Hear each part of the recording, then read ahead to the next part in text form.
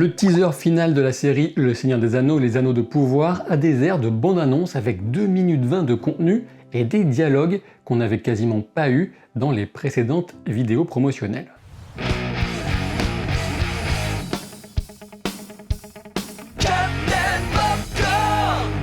Dans l'ensemble, j'ai beaucoup apprécié ce que j'ai vu et l'idée ici consiste à prolonger votre expérience de ce teaser pour vous donner des éléments de contexte, d'appréciation, ainsi que quelques suppositions, théories, quand on ne peut avoir de certitude, notamment au sujet de ces images si marquantes à la dominante rouge-orangée. Et si plonger en terre du milieu, avant même que la lumière du soleil ne se soit levée sur elle, vous intéresse, sachez que certaines des parties de jeux de rôle disponibles sur ma chaîne YouTube secondaire Captain Jeux de rôle se déroulent justement dans ce monde et à cette époque, d'avant même le premier âge.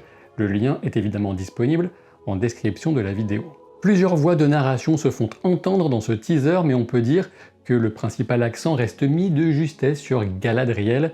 L'actrice Morfydd Clark fait face à la mission impossible de s'imposer face au souvenir collectif de Cate Blanchett, mais il se pourrait bien que le pari soit remporté.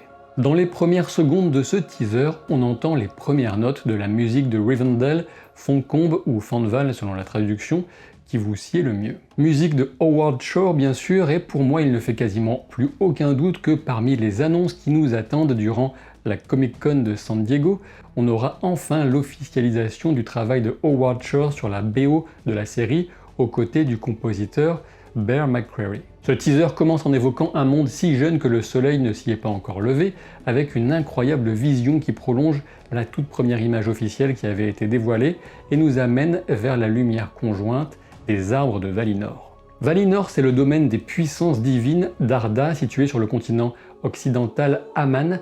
La silhouette elfique qu'on dépasse pour admirer les deux arbres se situe sans doute dans les environs de la cité elfique de Tirion. Et si ces arbres semblent proches, ce n'est qu'un effet d'optique car Laureline, la dorée, et Telperion, l'argenté, se situent plus loin en Valinor que Tirion. Il se situe sur la colline des Elohar. Alors oui, je sais, ne vous inquiétez pas, il y a beaucoup de noms, mais nul besoin de savoir tout cela pour profiter de cette série, qui sait pertinemment, en tout cas ceux qui l'écrivent, qu'elle sera vue majoritairement par des gens ayant vu la ou les trilogies de Peter Jackson tout au plus. Ces arbres de Valinor n'existaient que durant les années des arbres, les bien nommés, une période très ancienne par rapport au deuxième âge, qui est la principale époque de l'action de la série. De ce fait, les images de ces arbres nous apportent la confirmation que dans le premier épisode, au moins de la série, nous aurons une sorte de prologue dans la continuité, sans doute, de ce qu'avait proposé la communauté de l'anneau avec ses premières minutes. Vous vous en souvenez sans doute, avec justement la narration de Galadriel qui nous évoquait les événements anciens qui menaient à la guerre de l'anneau.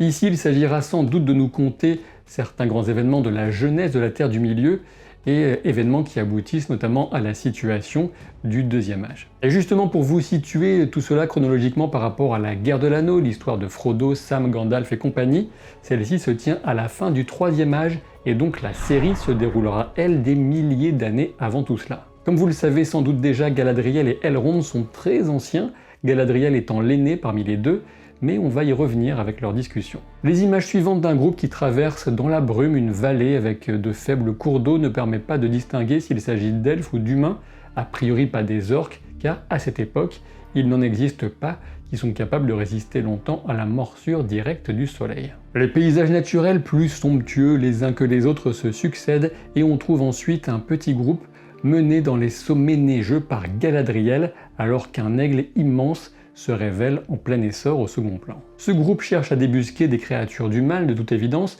on avait déjà eu un aperçu de leur escalade dans le premier teaser, et on reverra un peu plus loin l'affrontement contre un troll des glaces designé par John Howe lui-même, John Howe, un des grands artistes illustrateurs du légendaire de Tolkien. Alors que la voix initiale était sans doute celle de Galadriel, la narratrice qui fait suite, en commençant par le plan d'un incroyable palais elfique, n'est autre que Marigold Brandyfoot, une pied velue, qui décrit le point de vue simple de leur peuple, alors itinérant, les elfes ont leur forêt, les nains leurs mines, et les humains leurs champs, alors que les pieds velus, les hobbits de l'époque, sont libres comme l'air. On sait parfaitement que c'est un peu plus compliqué que ça pour tous les peuples cités, mais le mode de vie nomade des pieds velus, devenu maître dans l'art de se fondre dans la nature, est parfaitement illustré par le plan de ces épis qui se révèlent être la coiffe de l'une de leurs sentinelles qui observe deux chasseurs humains qui tentent de toute évidence d'approcher un orignal avec leur bois dans le dos. Le plan d'illustration des nains est sans doute issu de Khazad-dûm, du temps de sa splendeur, le deuxième âge, une cité souterraine dont ses premiers visuels sont extrêmement prometteurs de mon point de vue. Pour ce qui est du village humain, il correspond peut-être à celui de Tir Arad, là où se situe l'elfe Arondir qu'on reverra plus tard, mais impossible d'en être certain. Ensuite, on revoit brièvement la chute de la météorite qui était au centre, au cœur de l'attention du teaser précédent, et pour ce dernier, je vous renvoie tout simplement à la vidéo que je lui avais dédiée. C'est sur un plan magnifique dans les montagnes, avec un elfe inconnu face à une Galadriel à la beauté presque glaciale, qu'on entend le début du discours que lui tient ailleurs Elrond, lui disant qu'elle a combattu suffisamment et qu'elle devrait enfin se délester de son épée. Et il faut souligner ici combien en VO l'interprète d'Elrond prononce à la perfection le nom de Galadriel, bien mieux que je n'en suis capable avec ma difficulté, je le sais, à légèrement rouler les R sans le faire de façon caricaturale. Galadriel, Galadriel. Cette désolation glacée ne correspond pas à ce que certains pourraient prendre pour l'Elcaraxé, car à l'époque de la traversée de cette région, l'Elcaraxé, les lecteurs du Silmarillion savent de quoi je parle, le soleil n'existait pas encore en Terre du Milieu, donc on n'y est pas. Dans le face-à-face avec l'épée plantée dans la glace, on remarque que Galadriel semble tenir des parchemins, peut-être des pistes, pour débusquer d'autres anciens serviteurs de Morgoth.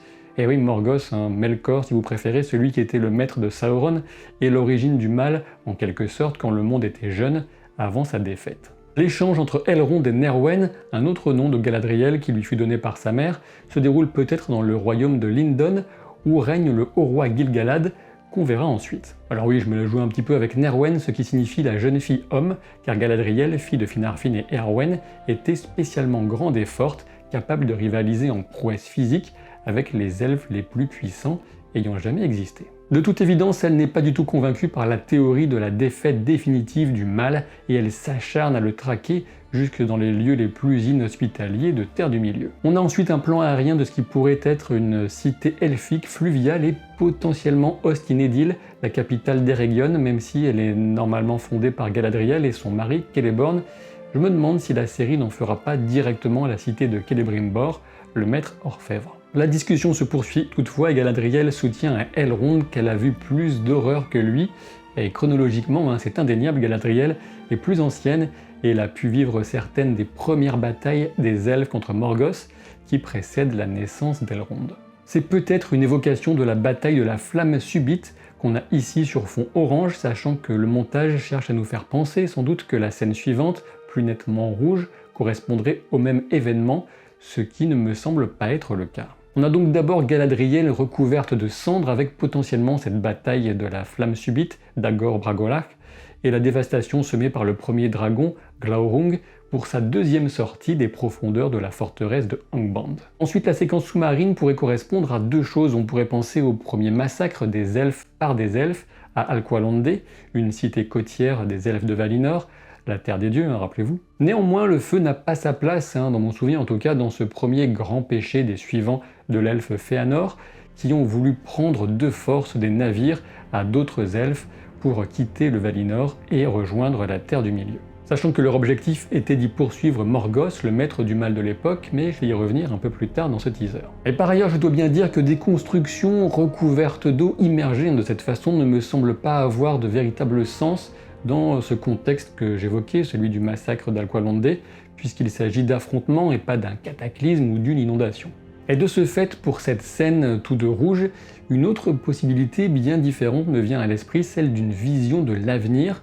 En effet, rappelez-vous, Galadriel peut avoir déjà commencé à développer certains pouvoirs qu'elle maîtrisera nettement plus à l'époque de la guerre de l'anneau, puisque vous avez vu au moins sans doute dans le film, lorsqu'elle invite Sam et Frodo à venir regarder dans son bassin, son miroir, pour des visions d'autres époques et potentiellement de l'avenir. Et dans ce cas de figure, la réponse de Galadriel à Elrond prendrait un autre sens. Vous n'avez pas vu ce que j'ai vu, dans le sens vous n'avez pas eu mes visions. Et donc pour en arriver au fond de ma pensée, il se pourrait qu'il s'agisse de l'engloutissement de Númenor, puisque cette île est complètement inspirée du mythe de l'Atlantide. Et cette vision rouge pourrait même ne pas être celle de Galadriel, ou pas seulement, puisqu'elle pourrait aussi être celle de la régente Myriel qui, selon certaines sources, aurait elle aussi un pouvoir de prémonition en quelque sorte. Et pourtant là encore, pas de certitude puisqu'on a un petit bémol, sachant que dans la description que l'on a de l'engloutissement de Númenor, le feu n'a a priori pas fait partie du déchaînement qui s'abat sur l'île, mais bon, nous verrons bien de quoi il s'agit. Et quand on parle du loup, magnifique voilier qui arrive dans une puissante cité portuaire de cette île qui marque le pinacle de la civilisation humaine en Terre du Milieu, en effet, jamais aucun royaume humain, que ce soit avant ou après, n'atteindra la splendeur ou la puissance de Númenor à son apogée. Dans le plan du port, on peut même se demander si la tour où brûle un feu ne pourrait pas correspondre à celle à semi-engloutie dans la vision rouge qui a précédé. Vous ferez votre avis. Quant à la statue géante, elle représente potentiellement Eärendil, le père d'Elrond et Elros. Elros qui avait choisi la mortalité des humains contrairement à Elrond et qui fut le premier roi fondateur de Númenor. Dans le royaume de Lindon, dans un plan tout bonnement magnifique, on retrouve Gil-galad qui échange ici, je pense, avec Celebrimbor, le fameux artisan qui sera au centre de la création des Anneaux de Pouvoir, qui donne son titre à la série. Alors certes, je sais, le montage donne l'impression que Gil-galad parle alors à Elrond, mais je ne suis pas convaincu que ce soit le cas pour cette scène. Ce qui est certain, c'est que Gil-galad fait partie, comme Galadriel, de ceux qui se méfient encore énormément des puissances maléfiques à l'œuvre et de la menace qui pèse encore sur les peuples de la Terre du Milieu. Et justement, nous avons ensuite l'avancée d'une vaste troupe d'orques menée par une figure sombre qu'on distingue difficilement au tout premier rang. Il s'agit du personnage nommé Adar. On a même une affiche récente qui lui est dédiée. Adar semble être un elfe corrompu, mais on ignore quasiment tout à son sujet pour le moment. Je peux simplement souligner qu'il ne s'agit pas du tout de Sauron ni de Sauron sous la forme d'Anatar. On retrouve ensuite ce plan des oiseaux et d'un bateau elfique voguant vers l'ouest qui porte notamment Galadriel. Je pense que Galadriel fera partie de ceux envoyés par Gil-galad pour porter un message, peut-être une demande de pardon aux Valar de Valinor dans l'ouest du monde, mais une mission qui pourrait se transformer en terrible refus des Valar justement, prenant la forme d'une tempête qui pourrait envoyer, c'est une supposition, Galadriel seule à la mer. Ce long teaser nous montre ensuite la fameuse reine régente de Númenor que j'ai déjà évoquée, Míriel. Elle est en compagnie de Pharazôn, un personnage important qu'on distingue en avant d'elle dans le plan aérien de la rue. Quant aux pétales qui pleuvent autour d'eux, il s'agit sans doute de l'arbre Nimloth qui descend indirectement de Telperion, l'un des deux arbres de Valinor qu'on a vu au tout début du teaser. Vous commencez à retenir un peu là, je pense. Dans la scène suivante, on a Elanor Brandyfoot et Poppy Proudfellow qui observent des étincelles lumineuses qui pourraient marquer, et qui marquent très certainement le reste de la chute de la météorite, puisque l'image suivante, floue d'ailleurs, va nous présenter de façon indistincte, et c'est volontaire, l'étranger qui a voyagé apparemment au cœur de cette météorite et qui semble un peu prendre conscience de son corps. Et pour avoir la théorie complète au sujet de ce personnage, je vous invite à regarder la vidéo consacrée au précédent teaser, vidéo qui date du 7 juillet, sinon on va pas s'en sortir aujourd'hui.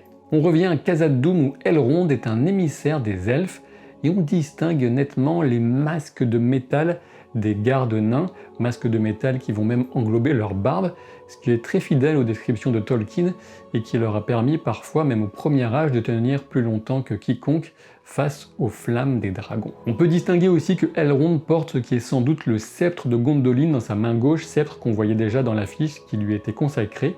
Gondolin était une cité elfique du premier âge, mythique presque, dont la chute est l'un des tout premiers textes inventés par Tolkien dans la création de son univers. On a ensuite le roi Durin qui parle à son fils, Durin. On remarque bien sûr la puissante et rude couronne portée par le roi, mais sous les prothèses on peut deviner que l'interprète n'est autre que Peter Mullan qu'on a déjà vu dans Westworld ou encore Ozark. Durin, le fils, brise une pierre dans ce qui pourrait être un concours lancé en défi à leur invité Elrond. Après un bref rappel de l'escalade dans laquelle Galadriel a emmené ses elfes, on a un gros plan sur Halbrand, un personnage créé par la série, qui se trouve de toute évidence à Númenor, et dont l'état nous confirme qu'il a été repêché en mer, en compagnie de Galadriel, après avoir dérivé assez longtemps pour en conserver encore les stigmates. À Númenor, on remarque l'ambiance grecque, voire minoenne, et dans son architecture, etc., dans les couleurs, ce qui colle bien avec l'idée de grandiose civilisation antique que voulait lui donner Tolkien. Ensuite, brève scène de l'elfe Arondir qui est dans le sud-est de la Terre du Milieu, dans la région de Tir Arad, avec une armure de bois taillé magnifique qui pourrait représenter un visage d'Ent. Arondir est un personnage créé pour la série et il sera au centre de bon nombre de scènes de combat apparemment. On l'avait déjà vu rattraper une flèche en plein vol et ici il ne va toujours pas décevoir, mon point de vue en tout cas, puisqu'on le retrouve plus loin en plein saut au-dessus d'un warg, vous savez ces loups géants et maléfiques utilisés parfois comme monture ou compagnons de guerre par les orques. Le saut est assez ouf, c'est assez logique puisque les elfes sont capables de prouesses physiques supérieures à celles de la grande majorité des humains. On remarque que Arondir est prisonnier, il a une chaîne au pied, avec d'autres qui sont mal en point apparemment et qu'on distingue à droite de l'écran. Cette scène fera peut-être penser au lecteur à un des passages les plus poignants de mon point de vue du Silmarillion, alors que Finrod résista face à un grand loup pour protéger Beren.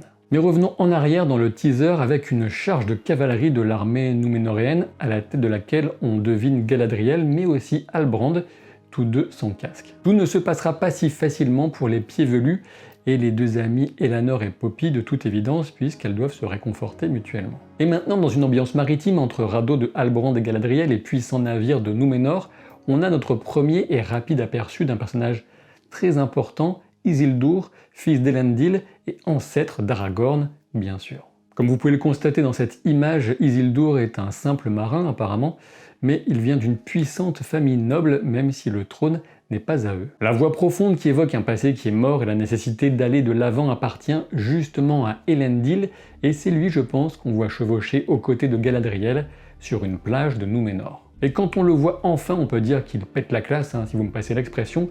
Il faut se souvenir que Elendil est un sacré combattant à l'épée, l'un des tout meilleurs de son époque, avec le haut roi Gil-galad et sa terrible lance. On a ensuite un discours de Pharazôn face à une foule colorée de Númenor, très hâte de voir la performance de son interprète, Tristan Gravel, que certains annoncent déjà comme une des plus fortes de la série. Et Pharazôn, c'est un gars important. Halbrand saisit une lance et l'ambiance de ruines à côté de lui fait penser à celle qu'on apercevait un peu plus loin sur la plage où galopaient Elendil et Galadriel. Durin montre un objet indistinct mais je pense qu'il s'agit d'un minerai de mithril, le métal le plus précieux et rare de la Terre du Milieu, qui poussa les nains à creuser toujours plus loin dans les profondeurs de Khazad-dûm.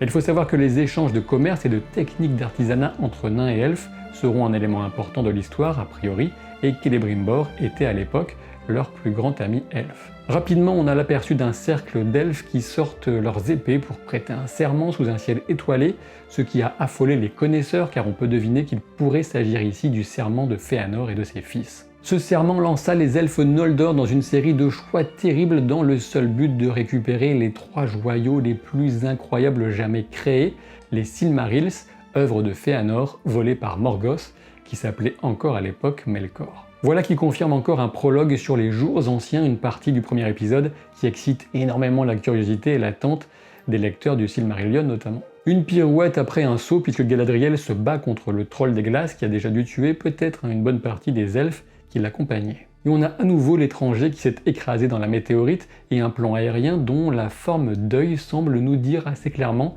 de qui il pourrait s'agir, trop clairement diront certains, mais nous verrons bien s'il s'agit d'un piège ou pas. Et comme il se doit, dans une histoire de la Terre du Milieu, on termine sur une ambiance champêtre et paisible de pieds velus qui vont au-devant des dangers et des splendeurs d'une Terre du Milieu qui réserve bien des merveilles.